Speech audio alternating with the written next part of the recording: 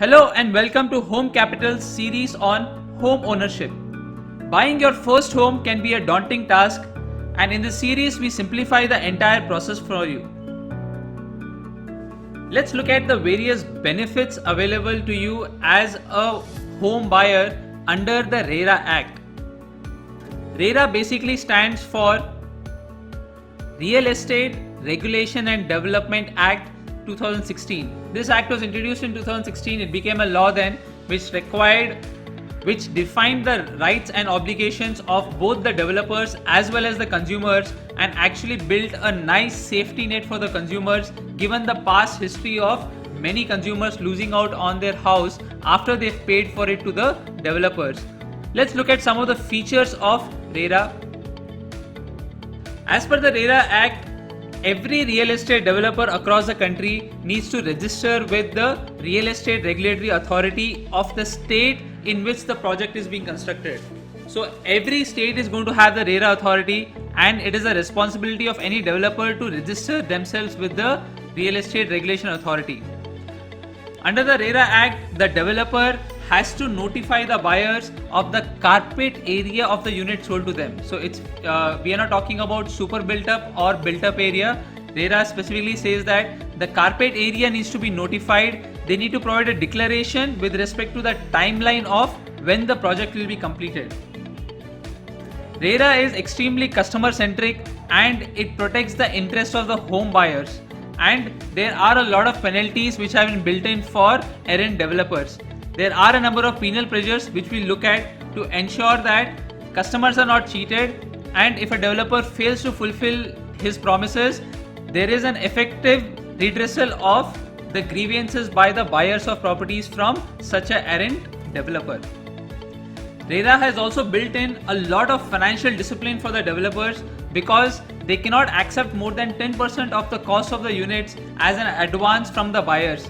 Similarly, as and when they collect money for a particular project, 70% of the amount collected for a project has to go into an escrow account, and it is utilized only for that project.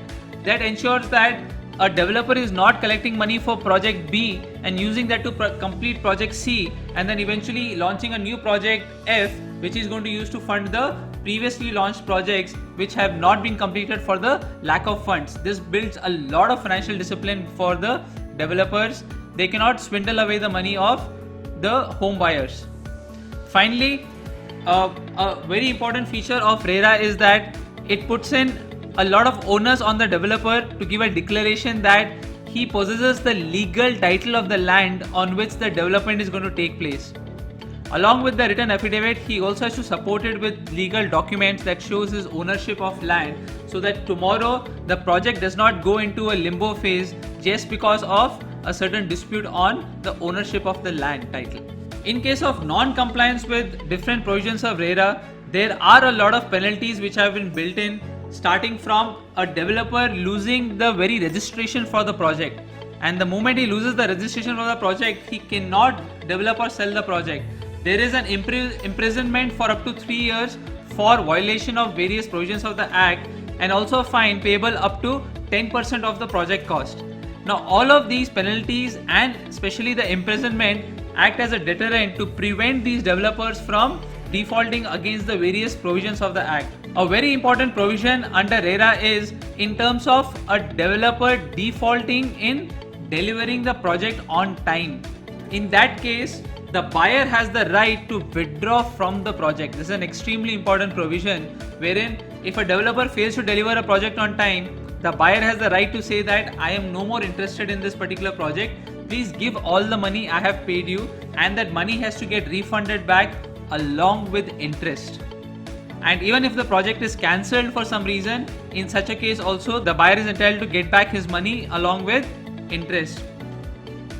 Now, what are the interest rate here again is a very competitive rate, wherein if a developer has to repay the money to the buyer, he has to pay an interest which is equal to the SBI MCLR rate plus 2%. If you were to add this amount over a longer period of time, it becomes a sizable amount of interest which a developer has to give back to the buyer if the buyer wants to withdraw from the project because of default on behalf of the developer.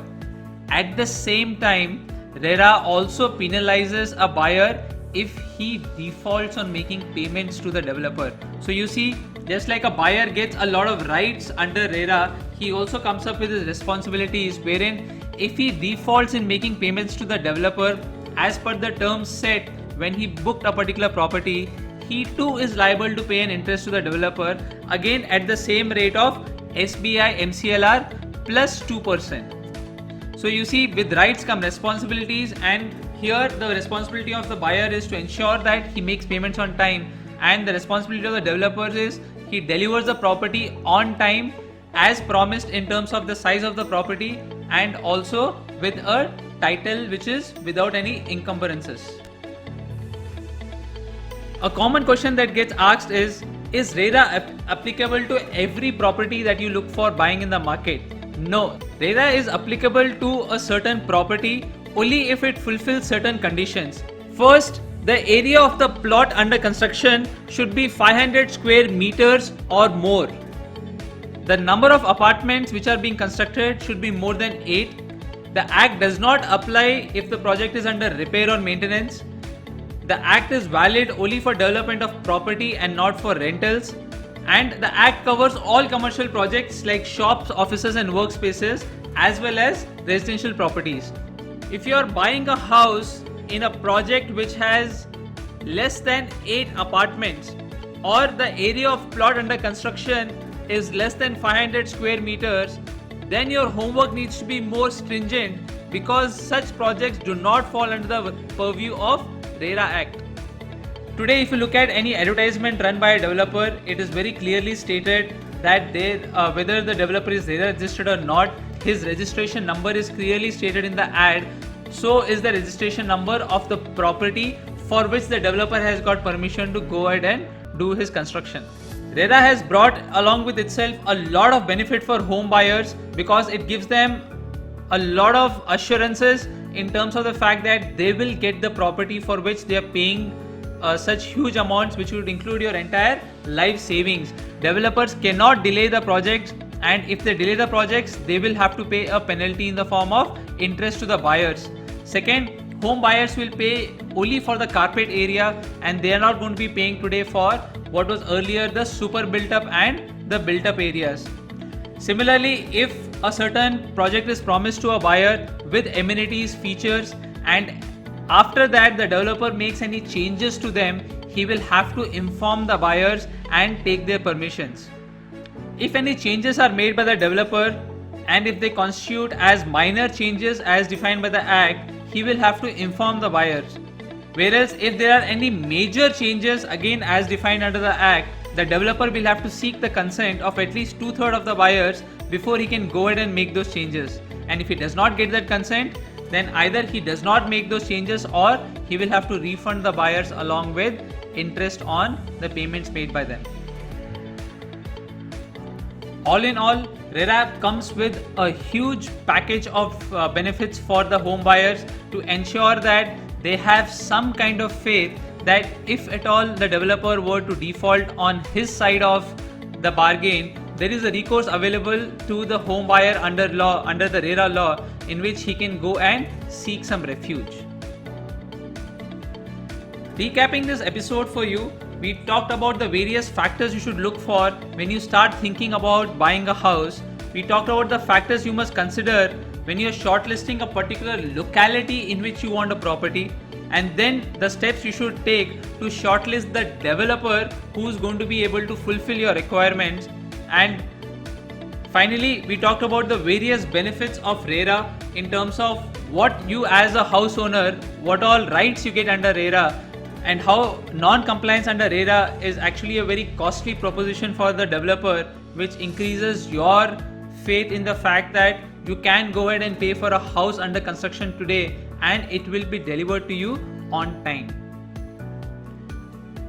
In the next episode, we will talk about understanding what exactly is down payment and how much of a down payment you should make and how you can go about funding that down payment. The Home Capital community assists and guides you successfully through your journey of home ownership. Join India's first community of home buyers and homeowners and take your step towards home ownership.